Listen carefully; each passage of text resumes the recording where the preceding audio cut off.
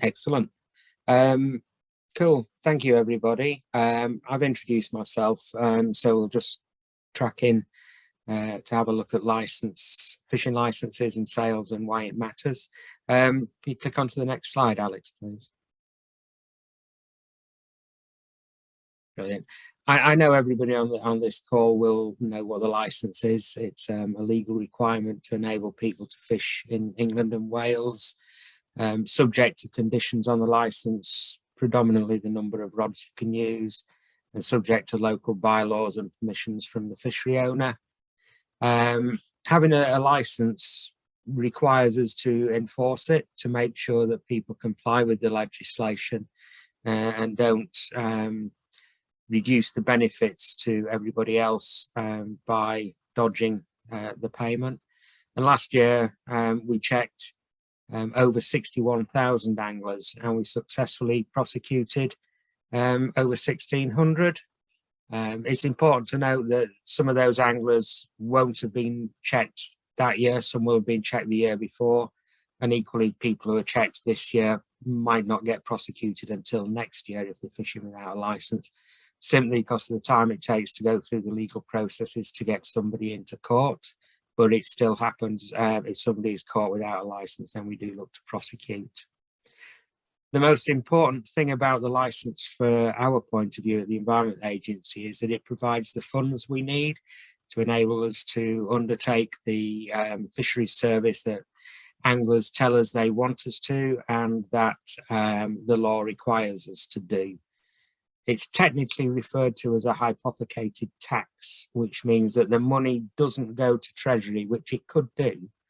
Instead, it comes back to us, and we're required to spend it to the benefit of the people who pay, i.e. anglers and yourselves.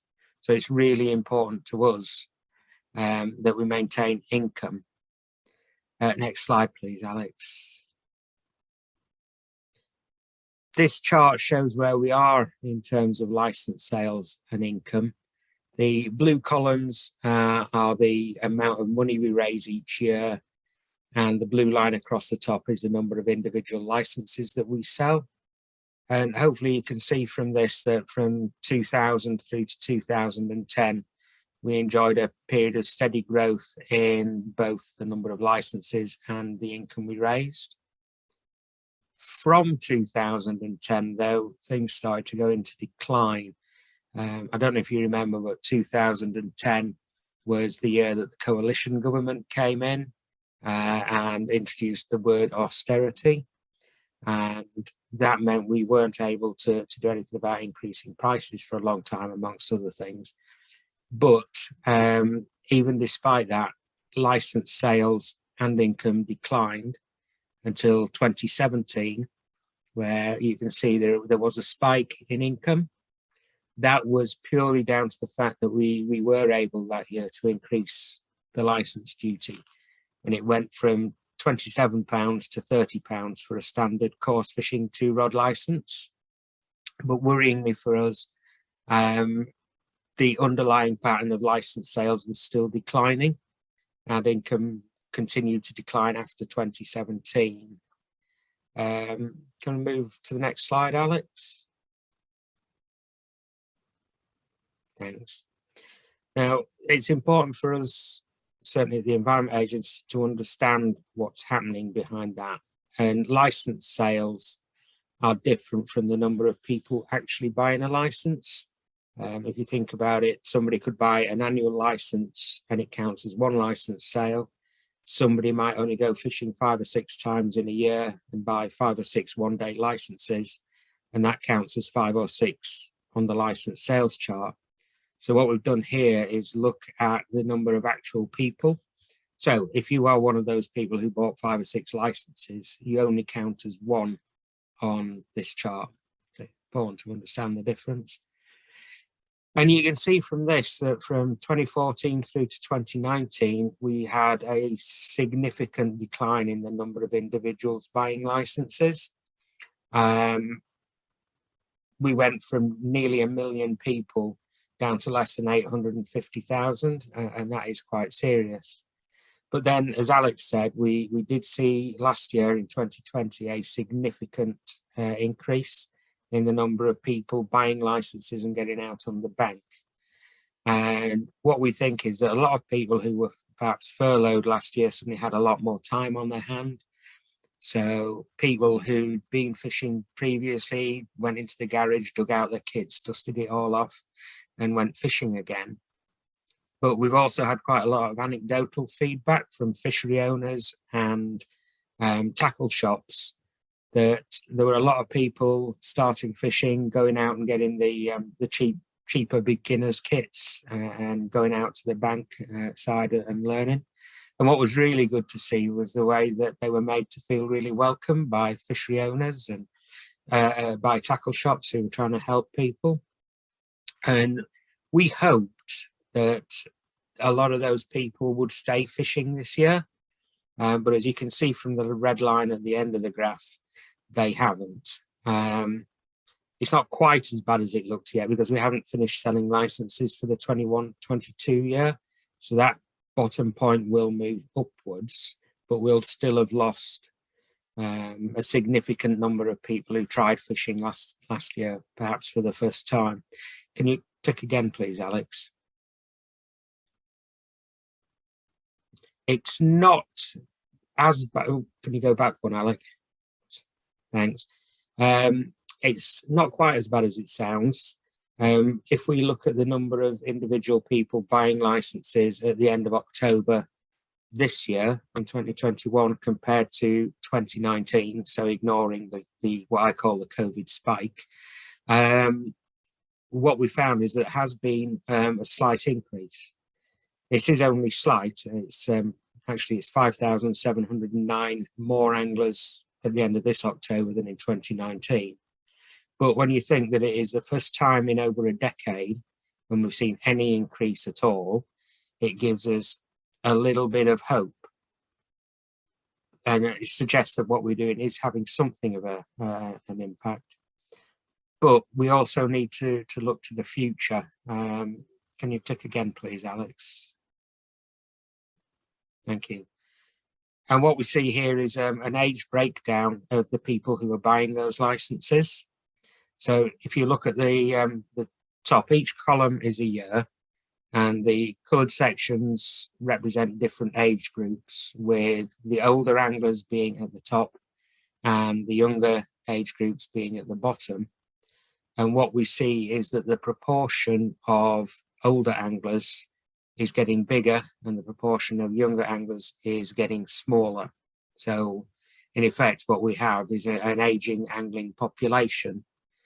And the problem that brings is that older anglers will stop fishing at some point in the near future, well, relatively near future. People get old, they get infirm, they become ill, less able to do things. And not to put too fine a point on it, older anglers, and I include myself in that, will unfortunately pass away. And what's happening at the moment is that we're getting more and more older anglers as a proportion of the population and not bringing in new people. So the numbers will decline going into the future. How much is hard to say, but it will mean less people joining clubs, less people buying day tickets, less people buying fishing shops, unless something is sort of done to stop that. So it clearly matters across the industry that license sales are falling. But to the average angler, what difference does it make? Next slide, please, Alex. And it's important to understand what the rod license income we raise buys. These figures are taken from 2019 because, again, 2020 was very unusual in what we could deliver due to COVID. But as a representation of an ordinary year, this is pretty good. And we responded to over 300 incidents of dead and dying fish in England. These figures don't cover Wales, by the way. We carried out over 1,500 fish stock surveys, and they're really important to help us understand the health of fish populations and to target resources so that we know where to do habitat improvements or fish stockings and the like. And in 2019, and indeed last year, we stocked over 500,000 coarse fish that we reared at our fish farm in Calverton. And that's something a lot of anglers like to see, and it makes a big difference for us. We also built 58 fish pass solutions in a year, which is quite astounding, and is done because we can work in partnership and attract other funds. But fish passes and fish passage issues are not the preserve of salmon fisheries, as many people seem to think. We know that all coarse fish species, from little minnow all the way through to barbel and chub and the like, need to migrate within a system at some point during the year and during their life cycles. So all our fish passes are made where we try and accommodate all the species in any given river. And they range from the big technical solutions where you see the big concrete fish passes built into a weir that cost an absolute arm and a leg, to much cheaper but still effective solutions such as pinning baffles to the face of a weir or digging a bypass channel around the side. Or the best one, actually the one I think is the best option wherever we can do it, is to remove a weir in total and return the river much more to its natural state. And that allows fish populations to behave as you would expect them to, which will always do better than artificially managed, and it gives the fish populations a chance to thrive. But as I said, some of this costs an awful lot of money, and so we work with partners to deliver a lot of the work. And we actually worked with over 2,000 partners, ranging from organisations like the Angling Trust through to individual clubs and fishery owners, to improve facilities, to improve habitat, and to improve access, boosting opportunities for people to go fishing. So obviously, if we lose income from rod license sales, our ability to do any of this work reduces. And if it reduces enough, then we start to enter a world of real problems. Can you click again, please, Alex? Of course, it's not just the work that the Environment Agency does directly through rod license income. We use a lot of the money to fund partners, which means that we can do things more effectively. We get a much bigger reach, and we can attract funding that we wouldn't otherwise be able to inject into angling and fisheries improvements. The big one, obviously, is the Angling Trust as the governing body for angling. And we work with them. They deliver our National Angling Strategic Services contract, and that covers things like the voluntary bailiff scheme, which vastly improves the amount of intelligence that we gather, and they provide opportunities to do joint patrols with themselves and the police, making our enforcement activity a lot more targeted and a lot more effective. We work with groups, and these are just a small example, but maybe the bigger ones. We work with groups like the Canal and Rivers Trust and the Angling Trades Association, particularly working on providing more opportunities for people to learn fishing and learn to love it. And we work with organisations like the Rivers Trust or the Wild Trout Trust to deliver environmental habitat improvements, boosting stocks as a result, and increasing angling opportunities. And again, if license income reduces, the amount that we can deliver through these partners will reduce as well. Next slide, please, Alex. Thanks, mate.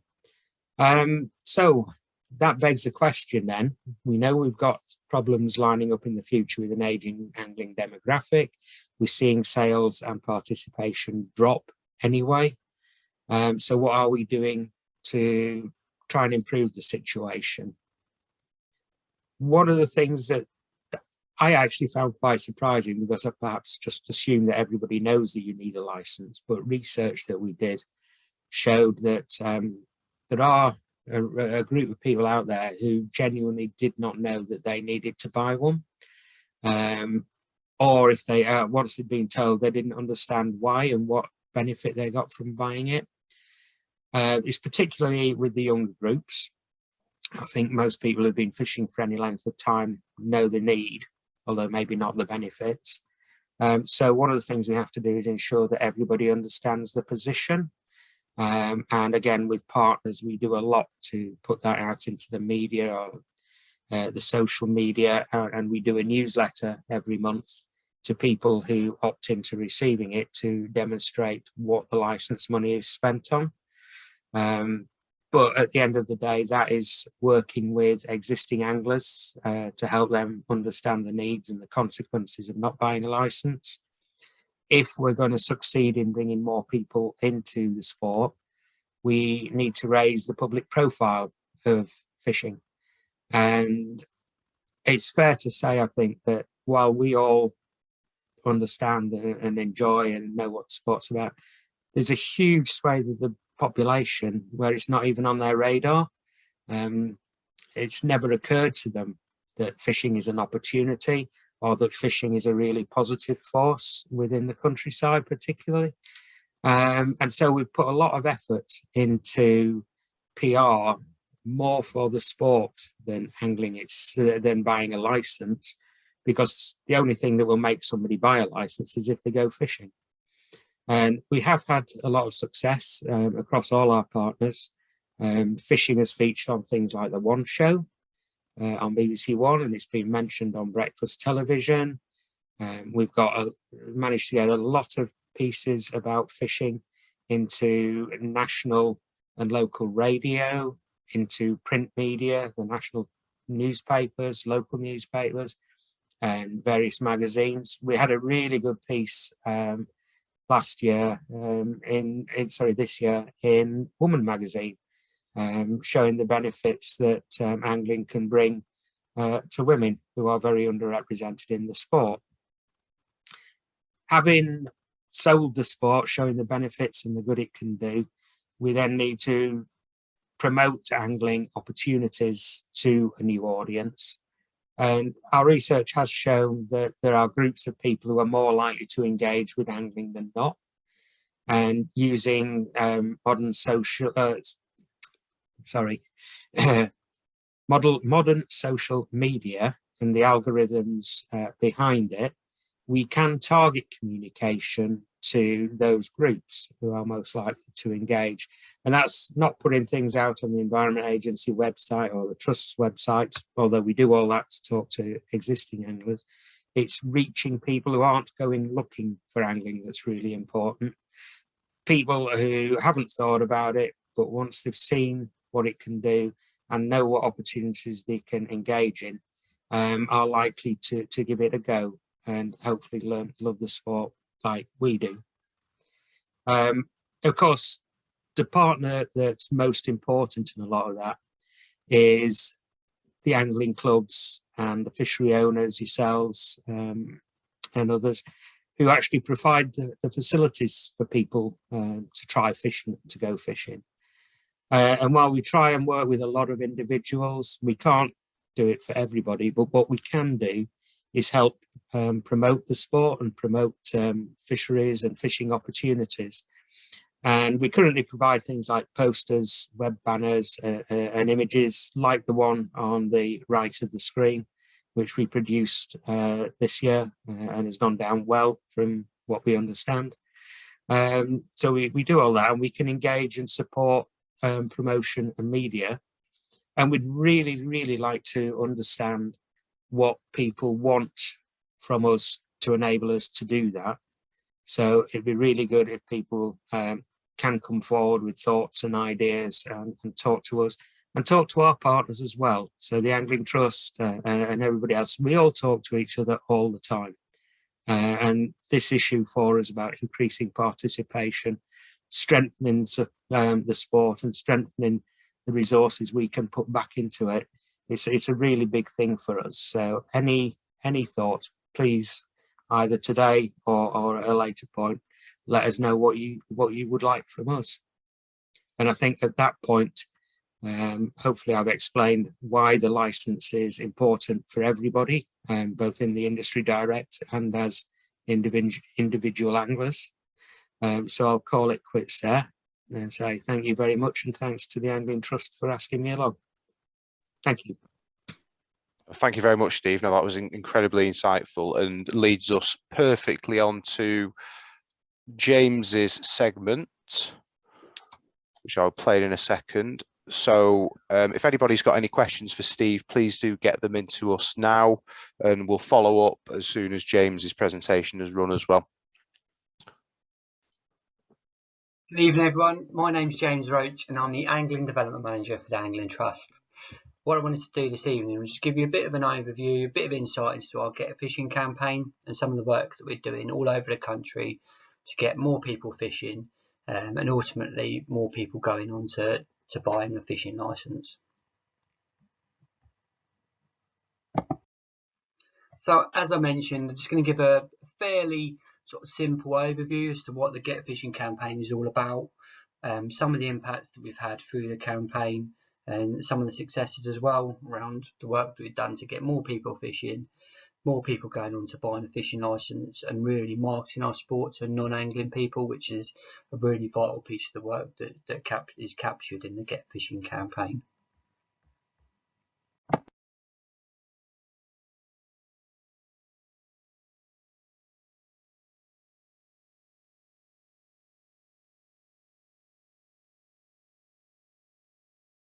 The Get Fishing campaign is the Angling Trust campaign to get more people fishing more often.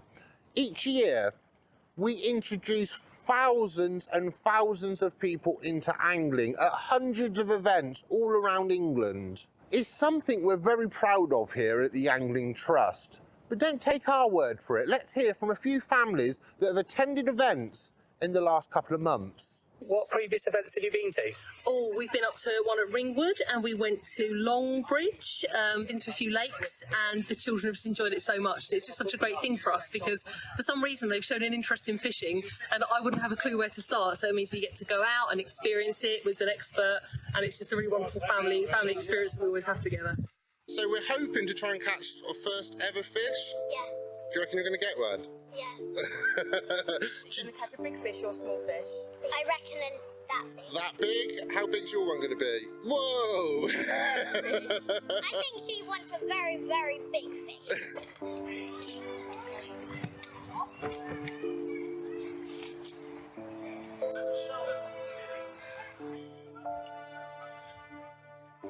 Are we happy with your first fish?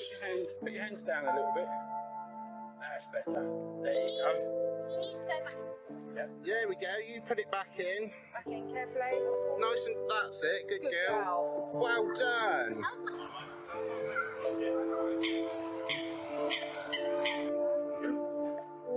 There we go.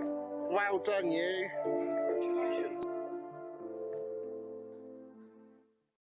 Did you have a nice day? Yeah, I had a lovely day. Did you catch a fish? I caught 2. Did you? Was there another fish that I missed? Yeah, there was. What was it? Do you know? It was a bass, and Daddy spiked his fingers on it. Oh no, you're all right, Daddy. Have you survived? Just about still alive. Just took me by surprise. But well done. You've done brilliantly today. Thank you. And there we go. You've got something. Let's see. How many crabs have you got? 7. How many do you think you're going to get? 50. If you would like more information on the Get Fishing campaign, head over to anglingtrust.net/getfishing, and don't forget to like our social media pages.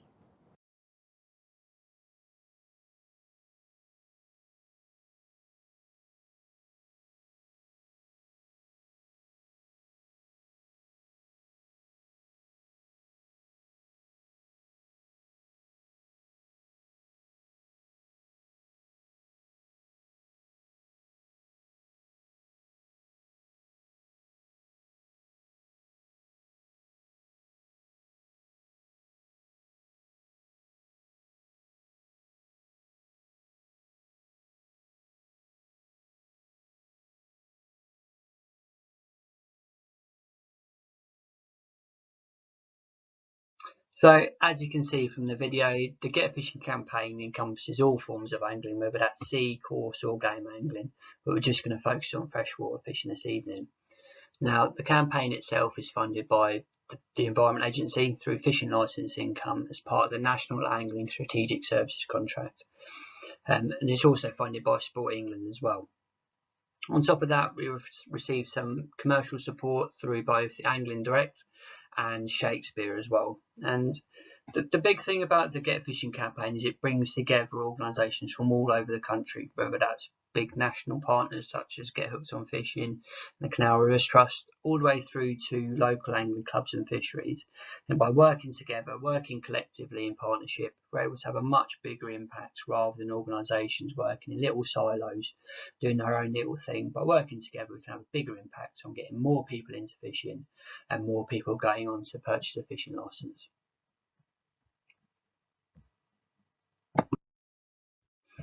So the campaign has two main areas of focus, event delivery campaign and a focus on marketing and communications as well. So as you can imagine, the event delivery focus really does provide that opportunities for people to come along and try fishing for the first time. What we've found is a real focus on a simple introduction to angling and using very basic equipment and showcasing that angling is a really easy activity for anyone to get involved in. It just works really well. And these events are delivered all over the country through people that I've mentioned previously, like Get Hooked on Fishing, Canal and Rivers Trust, angling clubs, volunteers, coaches and fisheries as well.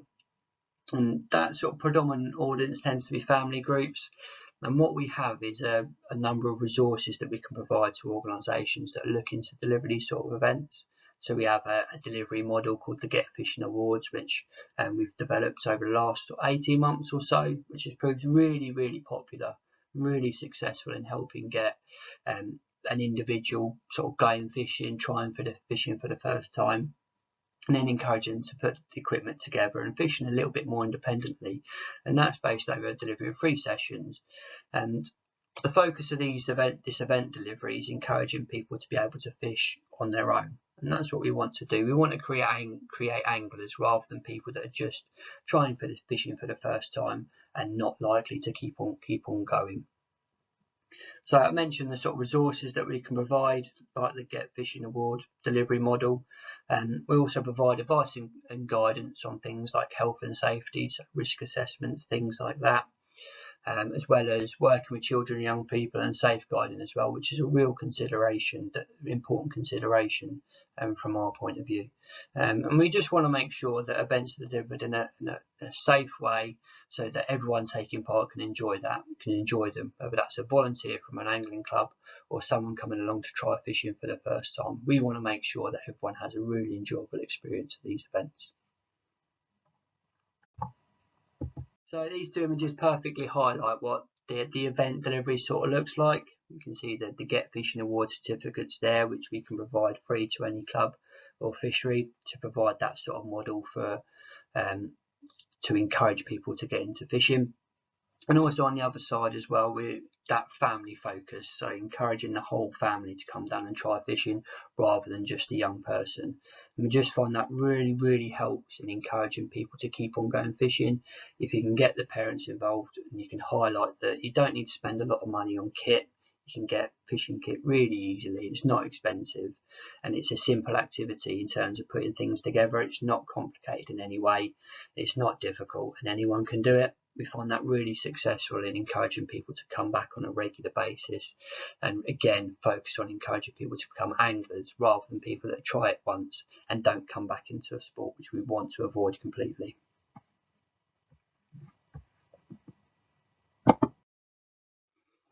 So event delivery campaign, over the course of a year, it will engage around 38,000 people, and that's events delivered by our partners all over the country. Obviously over the past year or so it's been heavily affected by the coronavirus pandemic, but we're hopeful that moving into 2022 we can have a real impact on the number of people coming into fishing through these events. And just to highlight the website as well, there's loads more information on the website about these events and where they're taking place. Although I would say that the vast majority of these activities tend to take place between the end of March and end of October, which, as you can imagine, where the weather is slightly better and a bit more predictable than when it is during the winter time.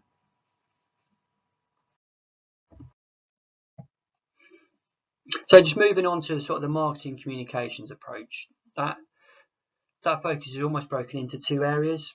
So talking to people after they've attended one of the events that I've just mentioned, and then work to try and influence people that don't go fishing at the moment and encourage them to engage within angling, which is a real key piece of the work, a vital piece of the work that we need to do if we want to try and grow our sport of angling. So what I mean by talking to people that have attended the events is that the collection of contact information of people that attended the events is a really key important thing for us. Like our clubs and fisheries and partners that we work with do a fantastic job in collecting some very basic, very simple contact information. That information allows us to contact people after they've attended the event with information about fishing licenses, because obviously if you want to go fishing in freshwater in this country and you're aged over 13, by law you need to have a fishing license, which is a really important message we need to push within people that are just coming into our sport. Also, it gives us the opportunity to highlight opportunities of other events taking place locally, as well as hints and tips to keep people fishing, and information on local venues and local angling clubs that people can engage with to keep them within the sport. And this all forms part of our sort of strategy and strategic approach to trying to keep people fishing, keep them within the sport, rather than that, as I've mentioned previously, that focus of someone coming along to an event, catching a fish, and then never engaging with an angling again, which is something we want to avoid.